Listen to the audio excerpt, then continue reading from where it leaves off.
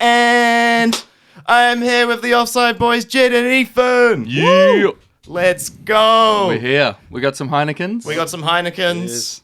Allegedly. Cheers. Just any given green bottle. Yeah. We don't know. The mystery liquid.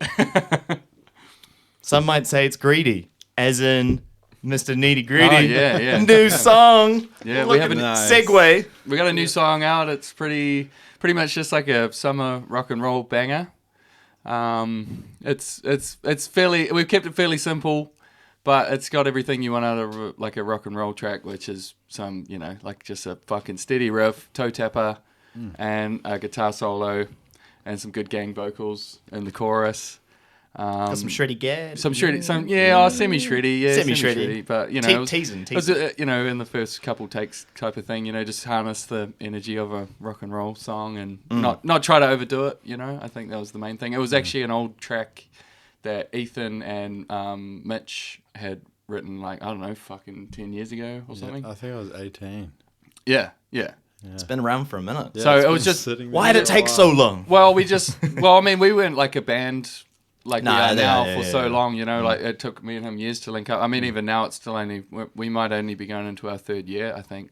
Yeah. So Are you guys Yeah, still it is. pretty fresh? in still that pretty way? fresh, yeah. I think and it's reflective of probably a lot of the shows that we're doing. We're still like branching out and dealing with new bands that we've never played with before, or like fuck, I don't even know half of them till we met them. You know what I mean? I didn't even know they existed until they either reached out to us or we've actually got someone working with us behind the scenes a little bit, Bijou. Shout out Bijou. Shout out Bijou, yeah, she's been really good at like networking and stuff like that, and dealing with the emailing and just stuff that we find we don't have the time for a lot of the time, and she's just in the scene of like we played with Death Chemist and a couple of other bands there. Was it the Halloween? The Halloween kind of show? Yeah, Halloween. You Big guys look fan. cool. They look fun. Yeah, that was fun. Everyone looked cool, man. Everyone looked Yeah, it really was good. cool. That was like an experience, and I think like there was a lot of cool things that happened that night, just because of the nature of the night. Everyone dressed up, and I mean the best thing was when we played Push and Pull, and we got like a sort of a breakdown section at the end where you that's where you want everyone to sort of crump to or do whatever they Crump. do. But 2008 But cool. one of the bros was in a wheelchair, and he was in the middle of the Yo. fucking mosh pit, because like when the end section came up, I kind of like put my hand up to like get the pit going. Yeah. And everyone obliged, but right in the center of the pit was this guy in his wheelchair, and he'd been doing wheelies all night in it, so it was just fucking mean. And like he was walking around on crutches, and he was the bassist from Death Chemist. So, and it turned out we'd actually met him before. I didn't realize, but he was in. In another band. Yeah, we he was in played with Shadowless. okay. We played with them like a few gigs Whammy beforehand Bar. at Whammy Bar. Yeah. I think was it the Sweet Treat Punks thing that they did? That was that night, eh? Yeah. Yeah. So that like I think he dyed his hair blonde or something, and I didn't actually recognize him. And CJ said, "I'm pretty sure that was that guy from the other band." And I was like, fuck, I don't know if it is, but he had a broken leg, so they perched him up that night on stage with his little chair and whatever. It was our first like proper pit. Yeah, good. first proper pit, I think, which was pretty mean. Hey, we I mean, I moshed for you guys. Yeah. I mean, the Kentish was like another animal Yeah. because it was that was a struggle. We didn't have like monitors in the front, or at least I didn't. I was just running straight off my amp, and like the thing I found was that you feel it behind you, because I got like a JCM, and a 4x12. And you feel it behind you, but like hearing it's another thing. So we were really just like, and Mitch especially, he was sitting behind the amps, like it wasn't on the back wall, so it was really hard for him to hear what was going on. He was just the metronome that night, But we were all just kind of trusting our gut that we were playing the songs right. That's when you really got to trust your drummer, especially when you're in those situations where even maybe he doesn't have any monitors or something. It's Yeah, like, and it's on you, man. Like, you that's got to the make beauty- sure we're Yeah. holding the team together. That's the beauty of him, is he's like clockwork, He's so you can rely upon him all the time. For the most part, he really does. Him and CJ like even when we're jamming, they set up the jam, And I've always kind of been like that too with the band. It's like it might be the the lead guitarist thing, but I always kind of like to float along the top of what the groove is. Yeah.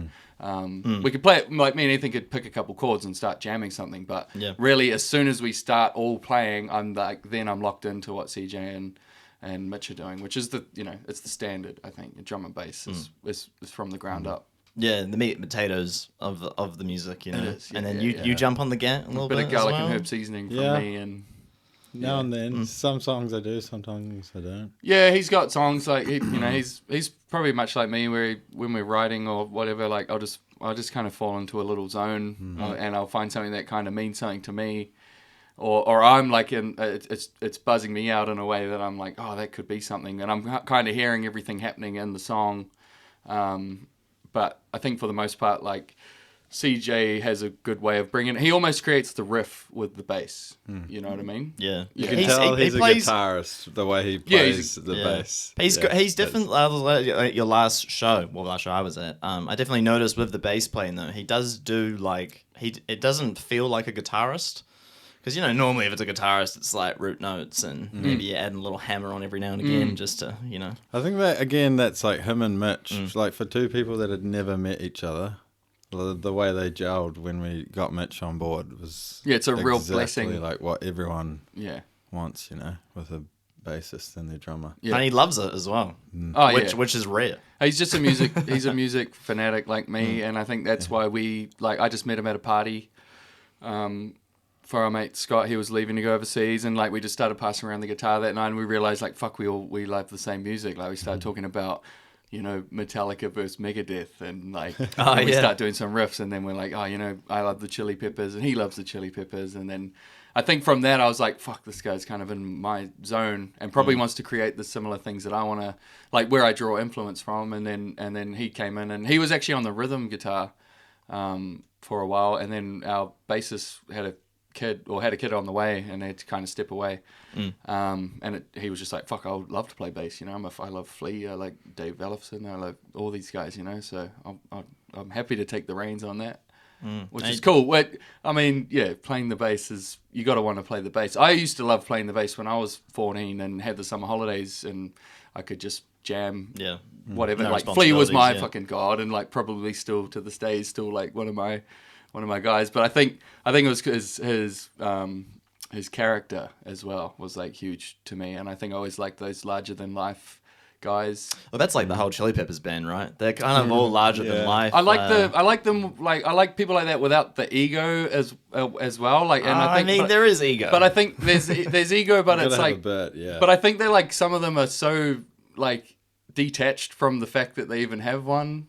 Like Anthony knows probably that he's got an ego, but I think like someone like Johnny's just like who he is, and like it's like a take it or leave it approach. That's crazy that he came back. It's almost like it's almost like an autistic trait or something where they're like, so they don't even get it, like they don't even, like no one could tell them otherwise. They're just gonna fucking do this thing. They're just so invested in music that like that's what they do. Heroin's a hell of a drug, and heroin definitely can change some fucking. Here's a question, since you're such a Chili's fan: is Anthony Kiedis a good singer? Nah, but he's like. We've had this but debate. you can't. But you can't like imagine them with anyone else. Yeah. You can't imagine them with a that's good what it singer. is. Like He's great because he's in that band. Yeah. Yeah, like you just got people that are supposed to be at the front. Like I'm blessed with someone that can fucking sing. Like, and you have to realize that that's the icing on the cake, and you got to drive your music in a direction that actually means something in your songs, and like, I think with the Chili's, it's just like he's just who he is, and they wouldn't be where they are today if it wasn't for the like him and Flea being such good mates and never fucking giving up on their dream together. You know what I mean? It's like the Doors thing. He was just fucked all the time. Yeah. And he happened to just do shit that worked with it, and then they went off of him. Yeah. And it's so interesting with like a lot of those like I guess like 70s 80s bands, and how much was just like a jam, whereas like I suppose with like digital recording, if you have like guitar or anything, so precise. It's precise. It's very segmented. Like I've got riffs or I've got parts. Whereas back then it's like, well, I don't know. I guess I mean, I think it depends on the genre as well. I think Black Sabbath was still pretty like the riff, and then but it was that's still much jammy metal, shit. you know. You But think of it's like still War jammy. Pigs and all that. Yeah, where it's still got, like, so those jammy. It's got those Just, crazy like what's happening in the middle. It's just like it's fucking me. It's what's funny is I love listening to like top of the charts, like massive hits from like 70s and 80s, and there's sometimes there's just this like bridge where it's just like. We don't know what the fuck we're doing, but we're just gonna jam. I think and the producer probably just said like, I don't know, just fucking do something pull before the something next out of your chorus, ass. brother. Yeah. Like, Yeah. I still get just as excited like finding like old music that I haven't heard before as I do finding like some new music that's foreign to me and like gradually pulls me in a direction that I like have never been in before. And that's like one of my favorite bands of sort of today is King Gizzard. oh yeah, And because they do so many different genres, like they've released like 25 albums in like 10 years, and they're all pretty for the most part they're all kind of different. Like they've revisited some metal stuff that was actually what got me into them. Like I just watched KEXP live thing that they did, and they were just jamming some like it was literally like 80s thrash metal inspired shit, and I was like, these guys are fucking mean. Oh, and they're from Australia. Like they're not too far away. No, not too far away. I can you feel like you can kind of relate to them a little Yeah. bit more. Yeah. They're not just some American band that's being pushed. It's like and you come to find out they did everything themselves. They're fully like their own. They had their own label. They're still running their own ship, and I think it all comes down mostly to the singer or the main front guy, Stu McKenzie. But like, because he seems like one of those mad geniuses that's almost like a bit of a Frank Zappa. Like if you know any of Frank's stuff, that was another guy that like once I started listening to King Gizzard, I started getting pulled in that weird psychedelic direction. Obviously, you know of the Jimi Hendrix and all that, and like old Cream and all that type of shit. But when you start delving really, really deep, like Captain Beefheart and like Frank Zappa and all these guys, even like some really old Scorpions. Yeah, is really cool. And they had the Uli John Roth was their lead guitarist. Okay. He's a real like Hendrix type guy, but he did some really cool, like the way he would play is almost like a Marty Friedman from Megadeth, like where it's like that. It's got if you're talking in guitar terms, it's like harmonic minor and like Phrygian scales and stuff. Like it gives it that like Turkish type sound. You know what I mean? It gives it that like there's it sounds Egyptian or whatever to the average listener. And I think that was that was when guitaring got really, really interesting to me because I'd kind of been into the blues thing. I'd had the Hendrix and the Stevie Ray Vaughns and Eric Clapton's or whatever, and then you get into that territory where it's like, oh shit, this is getting really interesting. Yeah, well, I find it buzzy with we talk about like modes and scales and like keys to play in. It's for such a long time, music was so strict for what keys and modes and scales you could play in. Like there was literally like if you think back even just before like 1900, like for a lot of classical music, if you like use like the Devil's Third or like use these certain, use certain like Black Sabbath when they or like Sabbath, like certain chord progressions, it's like illegal. It's so weird to think about like today, but like I always find that it was an unnatural sound. It's like dissonant, so it's like dissonance bad. Like anything that doesn't work like semitone out or something, it's like you shouldn't be doing that. You're gonna summon the devil or something. You know what I mean? Like, but that's what people believed. So I'm all for it. I mean, I'm still waiting. I play the Devil's Third every day. Like, come on, brother, when you coming out? Give me a sign.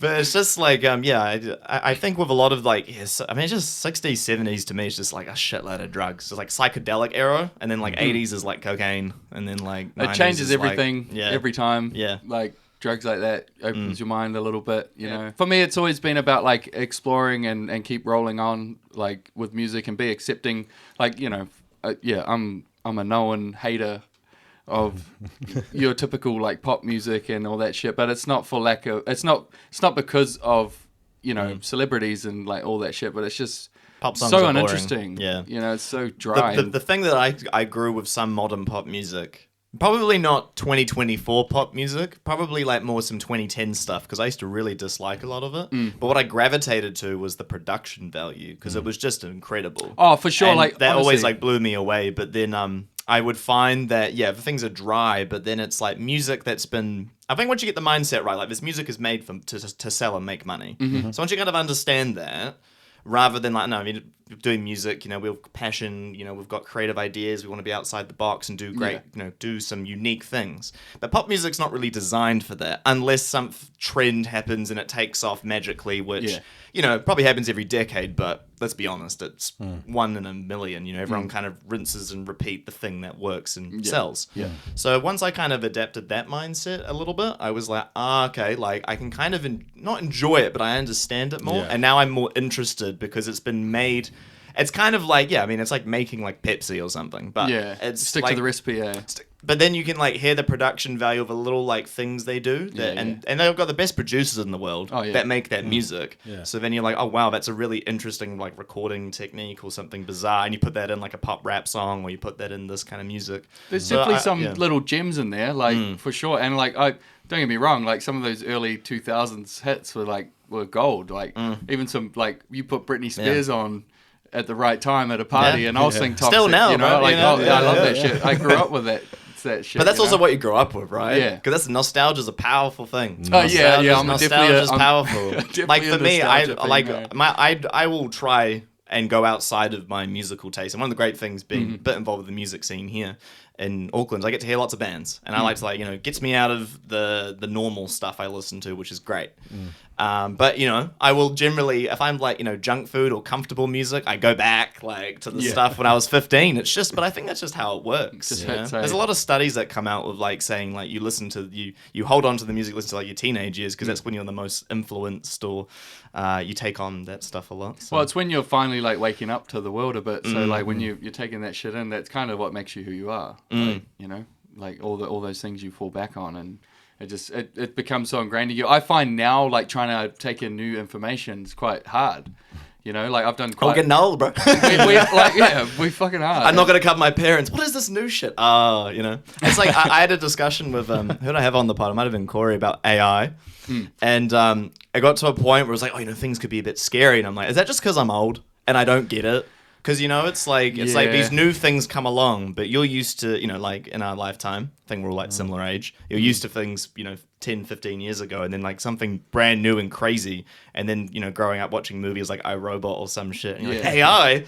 Fuck me, like, I don't want this, you know? Now we're here. You know? And now we're here, but like, is it that bad? Or is just this, like, when the internet came out in the 90s, everyone's like, oh, this is some fucking scam or some bullshit, but it turns out it's actually, you know, it's very helpful.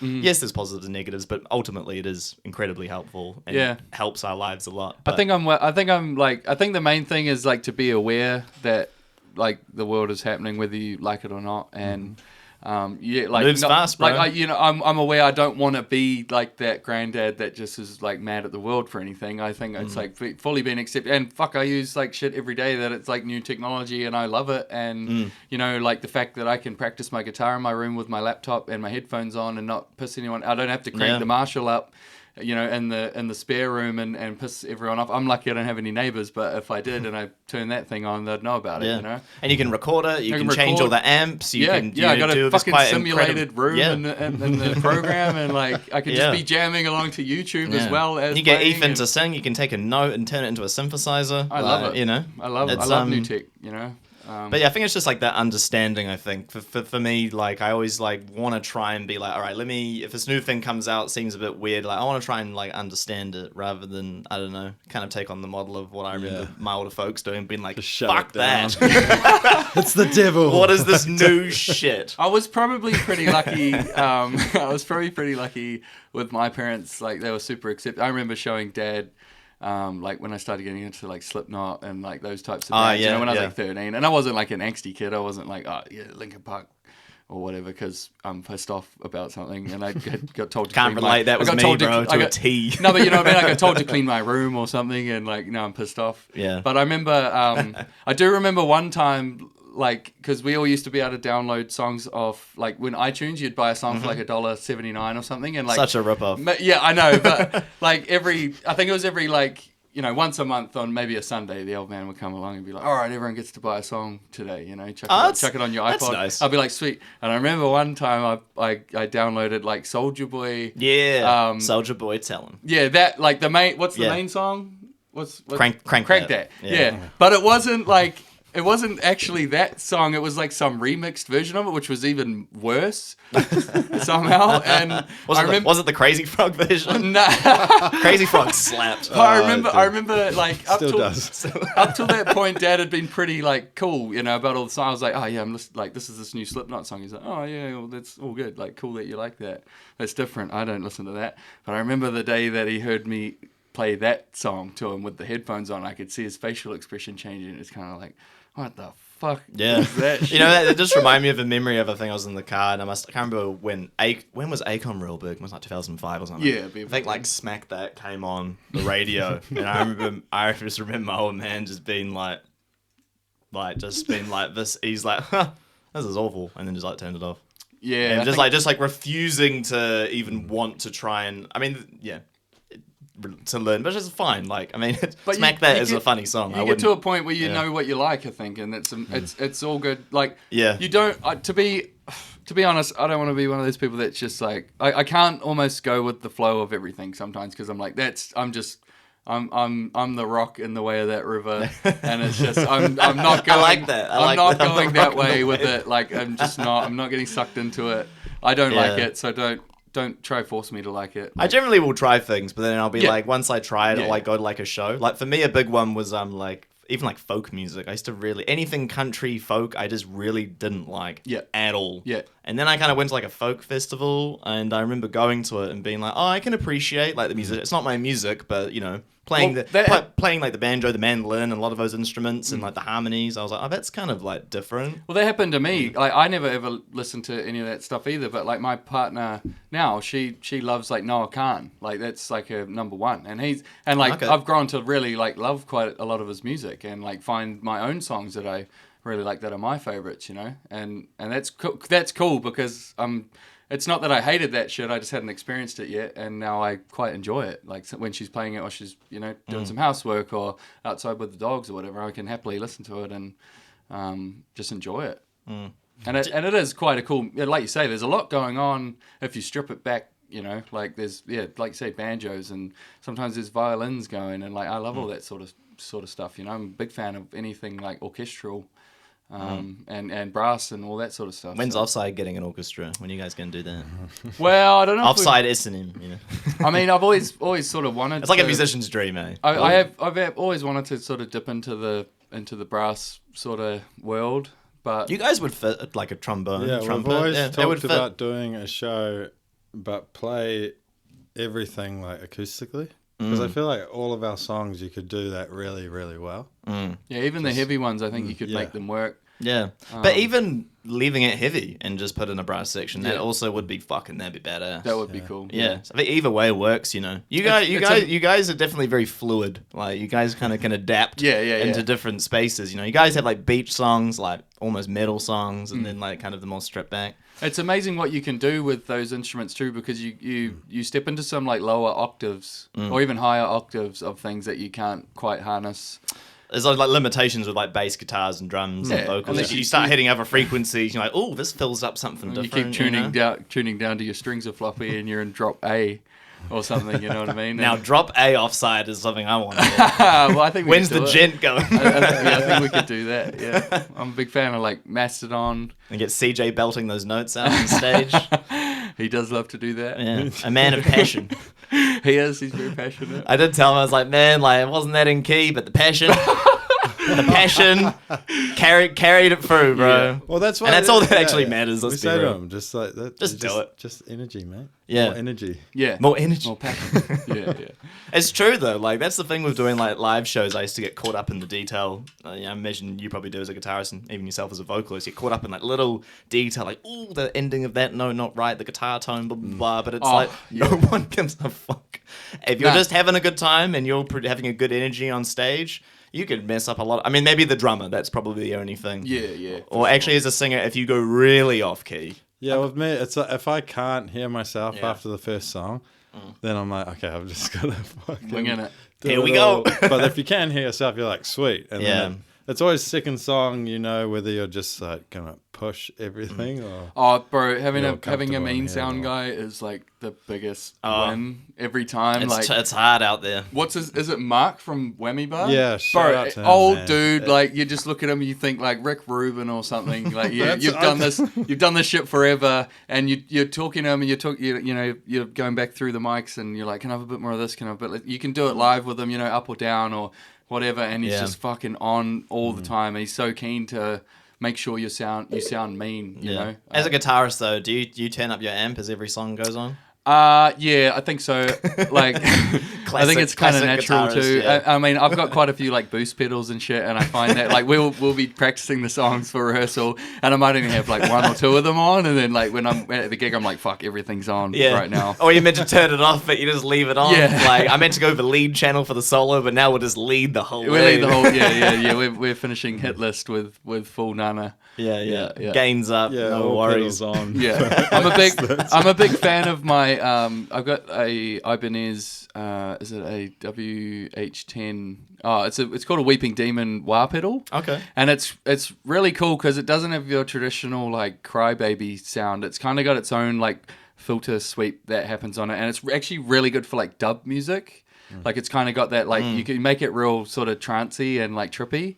But I'm a big fan. Like I might not use it as much when we're rehearsing, but then when it comes to like the gigs, I'm like, fuck, I sat on that thing for a little bit too long there. But I can kind of hold it in a range that really works for the outros of some songs because I can kind of like fade it in and out. I can find that little spot between treble and bass that it's like, to me, what I'm hearing back in the mix, it's really like mixing well.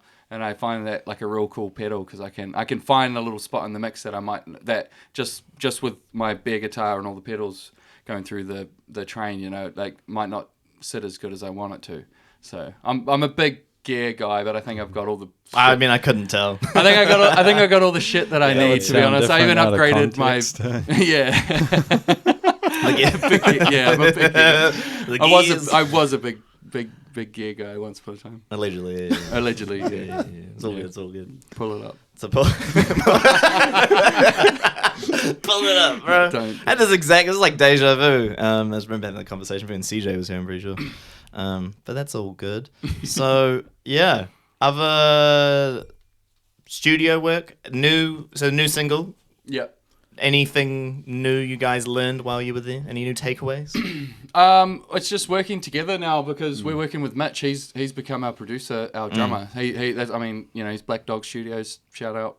Yeah, he's more than just our drummer. He's your live sound guy sometimes. Yeah, I see him out live there. sound guy. He's Yeah. behind the lines, man. Our He just producer, he's a technician. he's a great driving force to have with us now because he can pull some strings, and I think he enjoys the fact that like he's in a original type group now where we're all collaborating. He does a lot of cover gigs and stuff. Yeah, like that. that's right. And he does get into. I think he does a few projects with people. This girl Mema Wilder. She's cool. Like they've done a few songs together, but I think he's done a lot of the production mostly with her. But he's just super handy to have and like really easy to work with, and he just came in and became one of the boys. Really, I think he just enjoyed like having a group of mates that you could just throw some shit at the wall and see what sticks. You know what I mean? And yeah, I mean he can play anything, bro. He's probably like the best musician out of us all. Yeah, in the he's band. our keys player in the studio.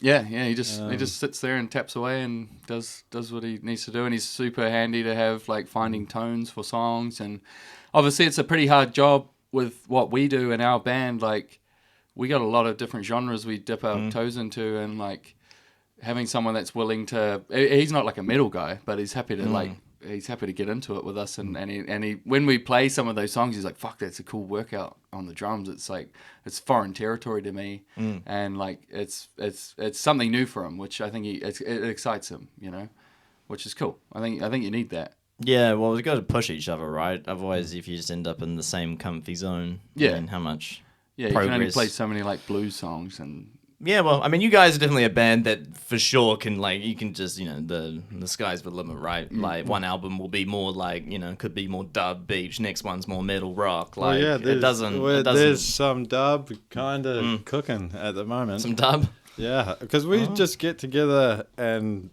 we'll rehearse songs, but then we get to a point and it turns into a jam.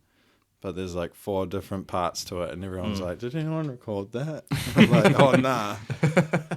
So yeah, lately we've just been focusing on recording, so we have all this content because there's so much at the moment. I feel. Yeah, we do have our largest project for sure in the works, which is cool. Ooh, yeah. Okay. Yeah, okay. and it's going to be definitely like if I say anything, it's going to be a huge mix of all the things that we're into, and it's all going to be fresh too, which is like quite exciting. Yeah. You know, we've released the EP, and those songs will stand, and they were recorded the way that they were, and you know, I'm pretty proud of the fact that we knocked that whole EP out in a week, and but this what we're doing at the moment is going to be all fresh, and you know, some people might have heard the songs at some gigs, you know, but like there's going to be a whole list of shit that people haven't heard, and I think it's going to be not so much a test, but like a good challenge for us just to like harness all of that into one project and make it flow correctly, and definitely like take you on a journey, I think is the main thing, main idea of that. Yeah. I look forward to it. I mean, my favorite song by you guys is Sanvue. I thought you'd play it.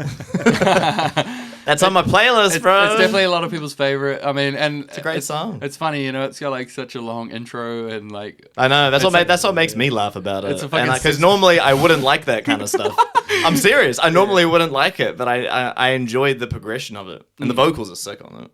Yeah, we all had a crack. That was probably like the one good. we all had a crack doing like backup harmonies, and I mean, we listened to it back when we were recording it, and we were like, oh, you know, so and so's out in that harmony at the end there or something. I think it's at the very end where we're all like flat terribly, but we all did it together as like a gang feeling. vocal. It's the feeling. We all did it together as a gang vocal, so you couldn't really fuck with it. Yeah, like you couldn't auto tune it or do anything. And we really tried like not even auto tune could. We tried to really like limit how much of that sort of carry out. We wanted it to feel the main, like Noima, who was our producer for that, or you know, our engineer, I should say. Like we still produced all that in a way, but he said like, I just want to capture you guys like in the room. I just want you to kind of roll in with your settings as they were in your jam space, and I'm just going to capture all of that, and that's your project, you know. That's your EP. That's what it should be. That's a recording engineer more than a producer coming in and being like, he wasn't directing much. Yeah. He was just like,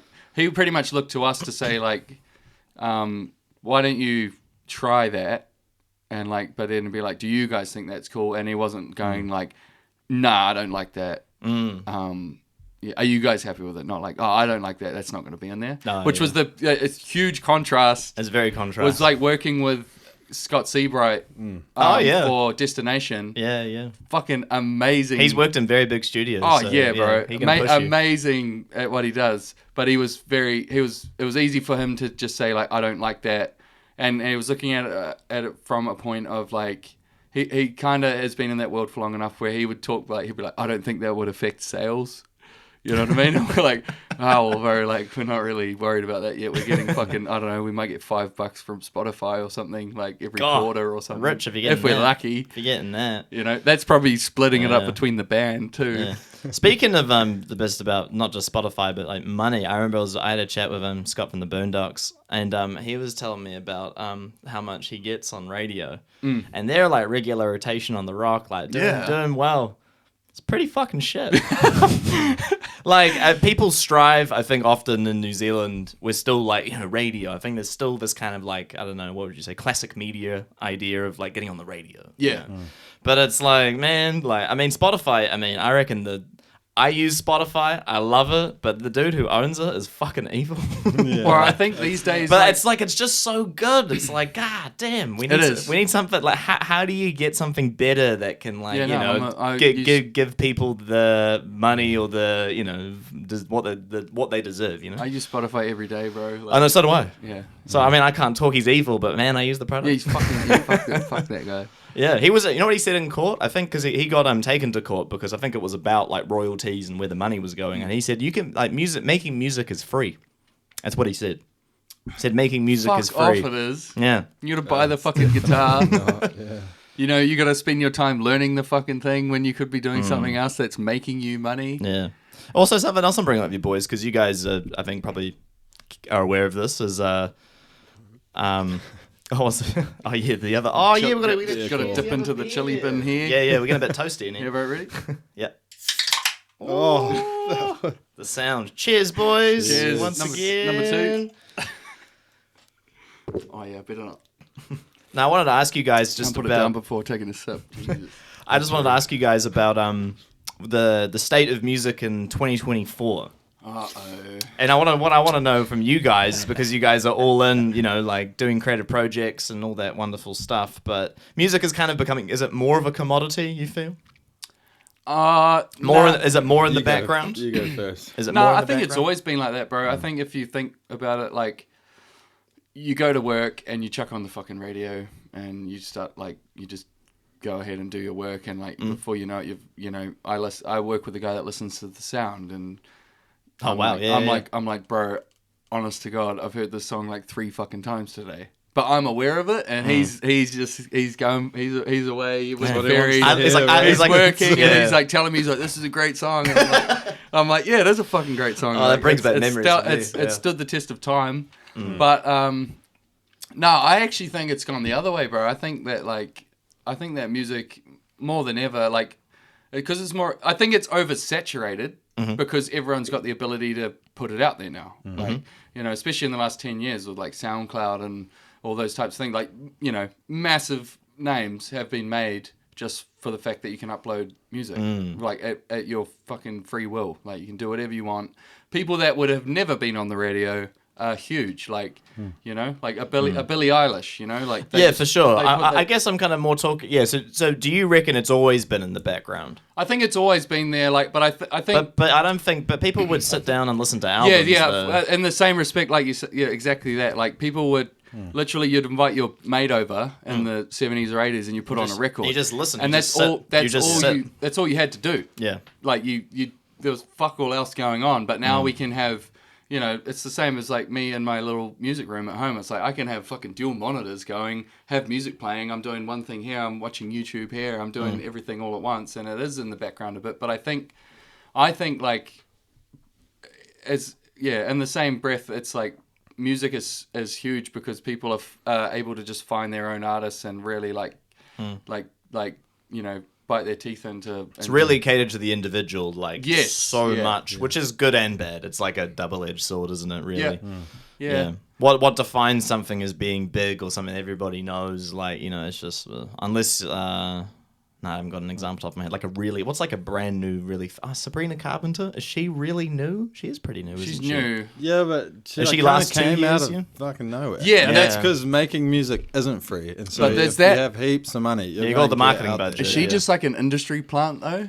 I think so. Well, Like, I feel think I they- feel like you have to be to get Yeah, that level to of be fame like that far, yeah, like that that quick. quick. That's It's what, and I so want to fast. like, because it's some of those artists come out of the smoke sometimes, and you're like, okay, but like, where's the videos of you doing like your first, third, fourth gig? Yeah. Where was your little show? Yeah, well, it's just money. That's the Or thing. did you, got money. did got you have already rich got- parents that like put you in, like got you in with a producer? Yeah. And That's you what can happens. use auto-tune and like make you sound really good or whatever. It's And not even that, bro. It's the money to advertise. It is, yeah. That's Yeah. what it is. Whether you could honestly have the biggest piece of shit of music, but if you got $1 million to advertise it, you're probably gonna get a bit of notoriety Yeah. behind it, And which there's is that- sad. But that's how it But there's that works, many you know? like NPC people in the world that like just that will consume your fucking rubbish. You know what I mean? Like they will just That's yeah. they think it would be because they don't. When you talk about the background music, those are those people Yeah, but there's a lot of those people because they're bro. not looking for. But there's a lot of those people. Yeah, that's Takes what I a mean. lot of people to make up a world. Yeah, like, Yeah. unfortunately. like you meet people, you're like, oh, your main character vibes, and you're just like, it's NPC. But you need that sometimes, you know. what I Yeah. mean? Yeah, Just gotta- 100%. But how much do you think? That's the thing, because you guys we're musicians, so we think about it. But other people do. Well, there's no. I think these people- days you've just got to go hunting for it way more because like radio, they have the amount of times formula's there, they rung know- up they know what a they're playing. radio station requested a song by an artist that they play all the time. They're like, oh, I don't think we have that, and I'm like, what? Like just because it's not popular, so you just got to go Yeah. hunting, man. And that's Yeah. why I love Spotify because It is amazing for that. Discover weekly shit, and then Yeah. it is amazing for that, and I do like it as well. But I just feel like when I mean, will we ever? I don't know. Like, will we ever get there? And like I don't know, for the artist, for the listener, Getting paid, you mean? Like, not just getting paid, but I think just like I think understanding the platform more. I think like we're still not quite there. I think it's really hard because it is the oversaturation. Like, I think that's the thing. He's like, well, you know, Anybody can if upload the to Spotify, Spotify CEO YouTube. is kind of like, oh well, fuck, man. Like, there's only so much money that can go around. Like, how much do you expect to be paid with 5,000 streams versus how much do we pay this guy with like 1 billion total for the year? You know? Well, I can't remember. I think it's the same. It works the same in like world economics, where it's like, fuck, Well, okay, it's a business. The dudes that have the most money, like, give some more money to the guys that don't make that much money, if they deserve it. No, but you know what I mean. Like, it's like, how much fucking money do you need, and how many streams do you need to feel like, oh, okay, I've cracked it, or market share, bro. or you've got whatever you want in life. It's like, cool. But everyone's obviously got their own limitations or limits that they want to, their own heights they want to get to. But yeah, like let's just even it out a little bit. You know what I mean? Like, are you a communist? No, but I don't know. It's just.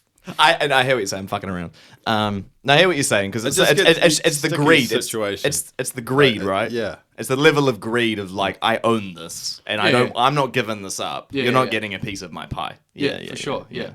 That's how it's been for a long time, I feel. But it is kind of, we're in this weird. Wow, we're gonna save the segment, but you know, it's interesting with like I think with music, and also I now with artists, if you want to get signed to a label like Universal, or you want to be on a big label, right? You need to have a lot of things ready. I think I watched a reel a little while ago. I think I talked about it on this here before. This guy, reasonably big artist on Instagrams, TikTok. You know, I think 50, 60,000 followers or something. Pretty impressive. But he was applying for like either Warner Music or Universal, and they were like, "You're not quite there yet." And I'm like, it's fucking insane. Like, he's got quite a lot of numbers, but it's like not quite good enough because it's like they need like the absolute guarantee that you're gonna make them money. Like, because like I think that's the difference as well. If you go like record label days when they would run the show, they had more money, they can take more risk. So, and like, I mean, I reckon the beauty of the music industry was probably the 90s because you really had everything. And I reckon that's also because there was so much money in the music industry, but they can take risks on all these bands and little subgenres. And even like bands like, I mean, what's crazy is like a band like Earth Crisis or like fucking Death is played on like regular radio on MTV or something. Insane. You can't fucking do that now. But it's just like, you know. Was MTV like kind of the start of the way that things are now? Because I think like, it came out good intentions, but it quickly got changed. Yes. Into something else. But it became about money. MTV was the one that would like throw random ass shit at you, and then like the same thing again, like whatever stuck, and like people would find these little niche things that they liked, and then and it was like, they might just play a random song from this random band, and then and next thing they're fucking massive because I seen it on MTV. And it's like it's kind of like the start of the way that the structure has gone now. Like, but like you said, they went through this little like, now that it's just a joke.